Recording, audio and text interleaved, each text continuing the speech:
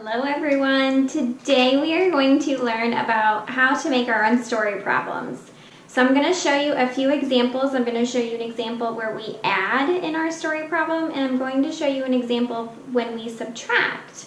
So the first thing I like to think about when I'm trying to create a story problem is I think of a person, or I think of somebody I know or something I know, and I put them into my story problem. Then I think of some numbers. So I need two numbers for my story problem. So we're going to start with an addition story problem first. I'm going to do that in purple. And it goes like this. Alright, so here's the addition story problem I came up with. Liam had 4 cookies. Finn gave him 2 more. How many cookies are there in all? So right now, here's what I see. I see a 4 and a 2. And now I need to look at the question. So here's my question. How many cookies are there in all? In all are the key words. That tells me I need to put the two numbers together. So here's what I'm going to do. I'm going to take my 4. I can make an equation. And I'm going to add. So that means I need to add my addition sign to my equation. And I'm going to add 2. And we need to figure out the answer. Now, what we can do is we can draw a picture of cookies, or we can use dots. And I'm going to use dots for this one. So how many dots do I need to draw first? 4.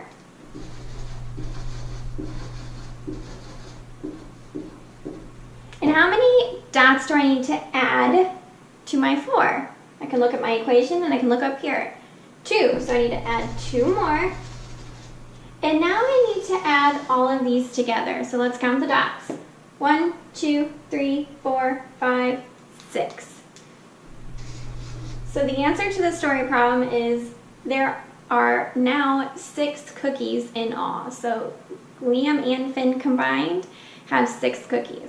So this would be an addition problem. Finn found 8 shells. He gave 3 shells to Liam. How many shells does Finn have left? I'm going to look for my numbers. There's 8 and there's 3. Now look at the question. How many shells does Finn have left?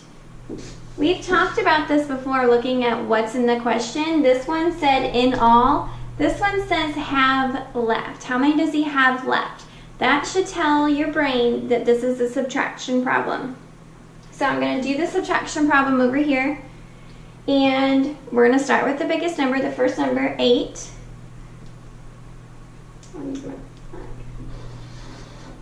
And how many shells did he give to Liam? He gave him 3. 3 are getting taken out of Finn's pile and getting put into Liam's pile. So we're going to take 3 away from that. And we need to find the answer. 8 minus 3 equals what? There again, I can draw pictures, I can do dots, and I can actually use objects. So I'm going to show you that in a second. Let's try it with dots first. We're going to start with 8 dots.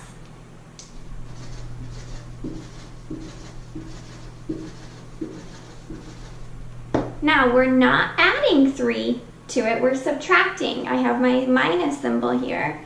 So this time, instead of adding more dots, we're going to take dots away, so we're going to cross them out. How many are we going to cross out?